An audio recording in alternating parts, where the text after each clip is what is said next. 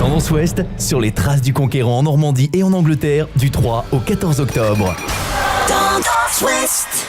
Nouvelle étape si vous nous rejoignez sur Tendance Ouest en direct d'Avranches ce midi pour poursuivre notre chemin sur les traces du conquérant en direct du scriptorial, et nous avons la chance d'accueillir Julie Romain qui est directrice des services des musées d'Avranches et qui suit donc de très près le scriptorial. Bonjour. Et à vos côtés nous a rejoint également Flora Deguette, vous êtes responsable de la communication de l'office de tourisme du Mont-Saint-Michel Avranches, c'est bien ça, vous allez nous expliquer. Avranches Mont-Saint-Michel, ça a fusionné il n'y a pas très longtemps.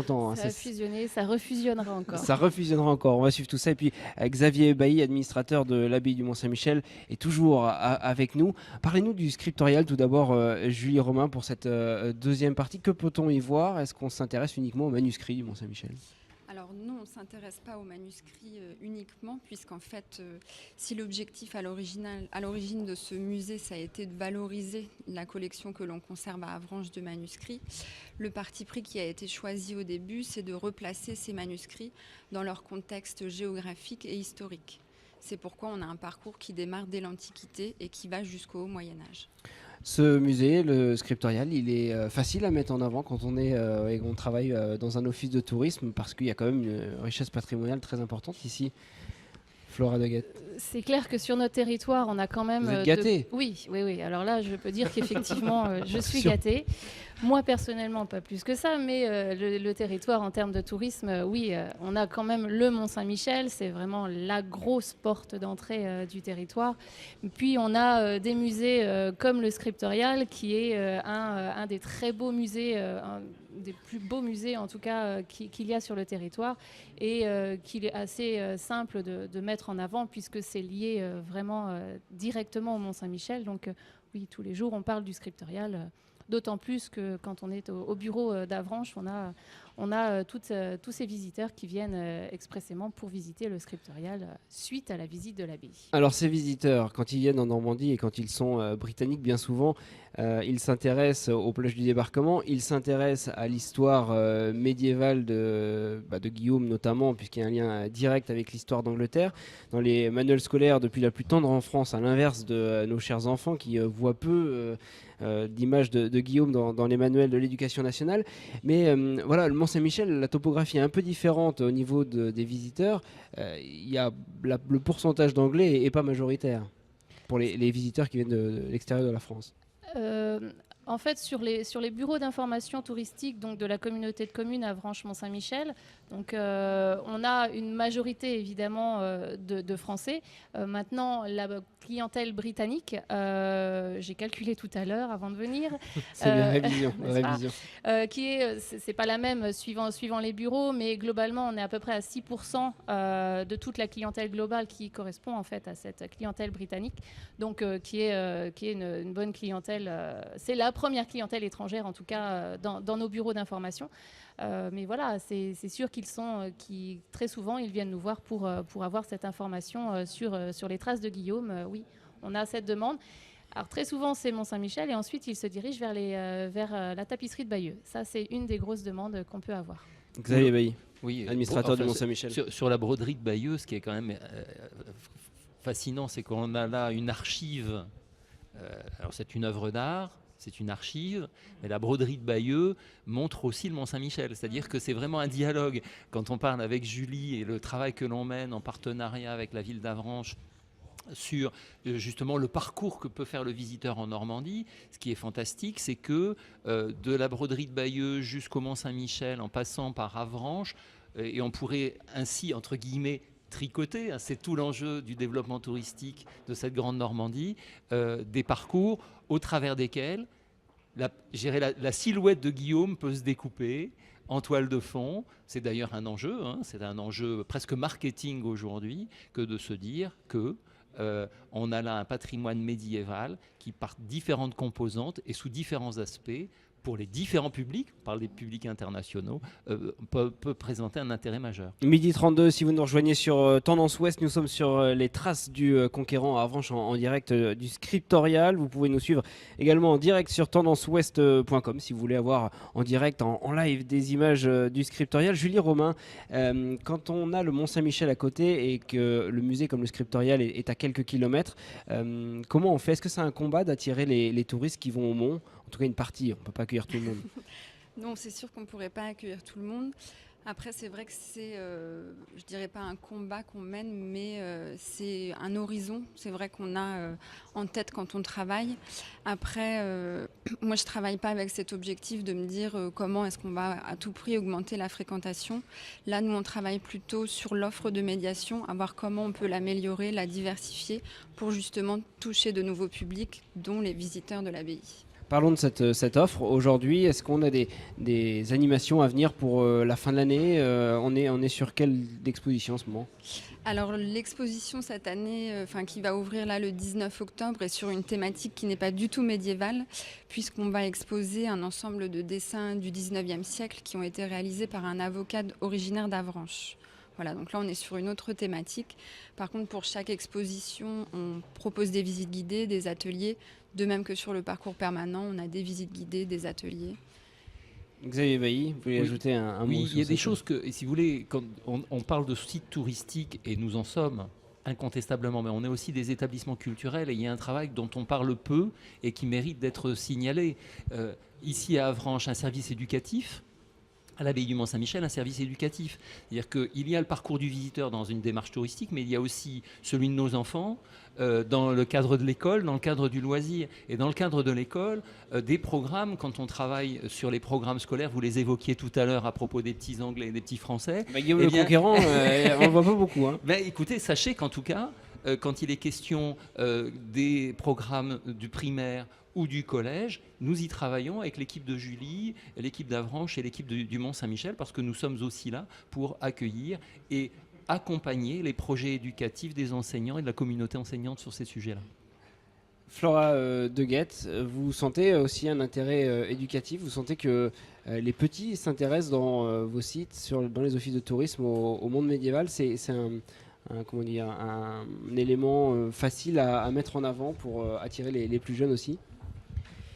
C'est justement un petit peu ce qu'on essaye de faire là actuellement. On est en train de réaliser notre nouvelle brochure 2017. On la veut justement totalement différente de ce qu'on a fait jusqu'à présent, et on veut aussi parler aux familles et notamment aux enfants, puisque c'est eux qui viennent avec leurs parents déjà au Mont-Saint-Michel et qui viendront avec leurs enfants au Mont-Saint-Michel plus tard. Donc non, c'est vraiment une cible sur laquelle on souhaite bien privilégier et nous orienter en tout cas pour la promotion à venir. On nous a rejoint sur notre plateau ici en direct du Scriptorial à Avranches. L'occasion aussi pour nous de remercier toute l'équipe municipale et du musée du Scriptorial d'Avranches pour l'organisation et l'accueil ici dans cette belle cité du Sud-Manche. Nous recevons maintenant le maire d'Avranches, David Nicolas, bonjour. Bonjour. Merci de nous rejoindre. Vous succédez donc à Xavier Bailly qui est parti administrateur de l'abbaye du Mont-Saint-Michel. C'est une thématique que vous connaissez bien, le monde médiéval. Vous êtes vous-même historien. Avranches, il y a des remparts. Juste ici, il faut le rappeler aussi. Oui, alors Avranches est une ville médiévale, mais pas seulement, puisque c'est une ville qui a ses origines dans l'Antiquité. C'est une ville gallo-romaine qui a été fondée à la fin du 1er siècle avant Jésus-Christ, et puis qui s'est développée ensuite tout au long du Moyen-Âge, d'où ces vestiges que l'on peut voir ici et là dans notre belle ville. Le lien entre Avranches et le Mont-Saint-Michel, il est éternel ? Il est éternel, et puis il est lié, il est génétique, puisque c'est bien, le Mont-Saint-Michel est une création avranchinaise. C'est une appropriation d'un îlot désert par l'évêque d'Avranches Aubert au début du 8e siècle, qui décide d'y aménager un oratoire dédié à l'archange Saint-Michel. Et depuis cette fondation et jusqu'à la Révolution française, l'abbaye du Mont-Saint-Michel dépend directement de l'autorité des évêques d'Avranches. Alors nous sommes, nous, sur les traces du conquérant, on le cherche un peu partout où on va. Est-ce qu'il y a un lien entre le Sud-Manche, entre le Mont-Saint-Michel et Guillaume le Conquérant? Est-ce qu'il est facile à établir, ce lien-là? Ah oui, il est très facile à établir, de par tout d'abord les textes, les sources écrites médiévales, qui montrent que les hommes qui tiennent le Sud-Manche que ce soit des seigneurs laïcs ou ecclésiastiques. On parlait de l'abbaye du Mont-Saint-Michel avec ses abbés, ou les évêques eux-mêmes ont établi très rapidement des liens forts avec Guillaume le Conquérant, avant même qu'il soit devenu le Conquérant, puisque c'est Guillaume le Bâtard, après la bataille du Valais-Dunes, qui va réorganiser le territoire complètement. Et cette organisation territoriale telle qu'on la connaît encore aujourd'hui est très largement due à cette administration voulue par Guillaume le Conquérant. Les abbés du coin, les abbés du Mont-Saint-Michel, est-ce qu'ils avaient un soutien particulier pour le destin et pour le dessein de Guillaume le Conquérant ? Alors oui et non. C'est-à-dire que les moines du Mont-Saint-Michel, dans tout contexte, se sont toujours pensés un peu à part, à l'écart du monde. C'est le principe même de l'abbaye bénédictine, qui est une entité qui échappe à un peu au temps, mais qui organise en profondeur le territoire. Donc il y a toujours une concurrence entre les moines du Mont-Saint-Michel et Guillaume le Conquérant. Et j'en veux pour preuve le prieuré de Saint-Léonard, par exemple, qui est sur le littoral, et qui est un petit pied de nez fait par Guillaume le Conquérant aux moines du Mont, auquel il subtilise en quelque part une portion du littoral où se déploie notamment l'industrie du sel. Et donc les moines de Saint-Étienne-de-Camp, donc abbaye fondée par Guillaume le Conquérant, vont venir occuper un bout de territoire exactement face à l'abbaye du Mont-Saint-Michel. Quand on est élu d'une cité médiévale, mais pas seulement, hein, vous l'avez rappelé, qu'on est si proche du Mont-Saint-Michel, est-ce qu'on sent que la thématique du monde médiéval pour l'aspect économique, l'aspect touristique est fondamentale aujourd'hui ? Moi, j'en suis convaincu. Je pense qu'en effet, on a des choses à dire à notre monde contemporain. L'histoire, c'est pas simplement une passion pour des gens en blouse grise qui passent leur temps dans les dépôts d'archives ou dans les musées. L'histoire, c'est avant tout une réflexion sur la façon dont nos territoires se sont constitués, organisés, et la manière dont on doit précisément prolonger cette histoire. Là, aujourd'hui, on est en train de constituer une grande communauté d'agglomération de 88 000 habitants. Qui va englober tout le Sud-Manche, eh bien finalement on s'aperçoit qu'on est en train de réécrire ce que Guillaume le Conquérant a fait il y a exactement 1000 ans.